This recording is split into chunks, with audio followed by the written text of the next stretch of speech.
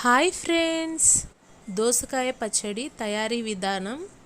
ముందుగా 2 దోసకాయల్ని ఫ్రెష్గా కడిగి పెట్టుకోవాలి. కావాల్సిన పదార్థాలు: పల్లీలు, శనగపప్పు, ఉద్దిపప్పు, జీలకర్ర, వెల్లుల్లి, ఎండుమిర్చి, ఎండు కొబ్బరి పొడి, కొత్తిమీర. ఈ దోసకాయ ముక్కల్ని ఇలా కట్ చేసుకోవాలి.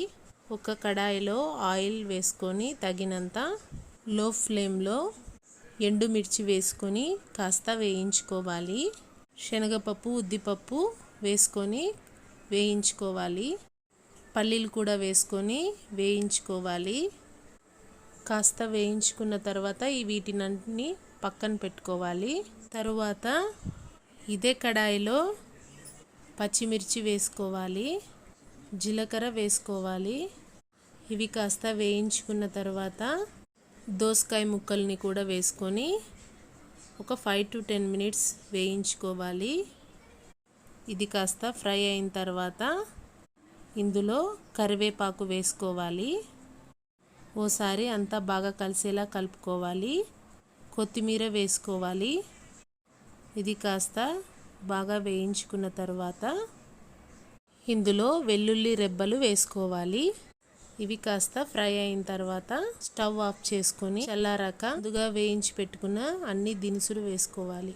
మిక్సీ పట్టుకొని దోసకాయ ముక్కల మిశ్రమాన్ని కూడా ఇందులో వేసుకోవాలి. దోసకాయలో విటమిన్ కే పుష్కలంగా లభిస్తుంది. ఇందులో మెగ్నీషియం, పొటాషియం ఉండడం వల్ల బీపీని కంట్రోల్లో ఉంచుతుంది. ఇలా మొత్తం వేసుకున్న తర్వాత ఎండు కొబ్బరి పొడి 1 స్పూన్ వేసుకోవాలి. తగినంత కల్లుప్పు వేసుకొని నానబెట్టి పెట్టుకున్న చింతపండు వేసుకోవాలి. ఇది కాస్త కోర్సుగా గ్రైండ్ చేసుకోవాలి.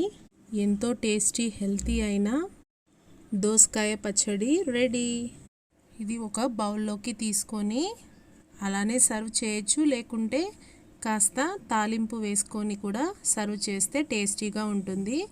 పోపు దినుసులు, కరివేపాకు, ఎండుమిర్చి వేసుకొని పోపు పెట్టుకోవాలి. టేస్టీగా, యమ్మీగా దోసకాయ పచ్చడి రెడీ.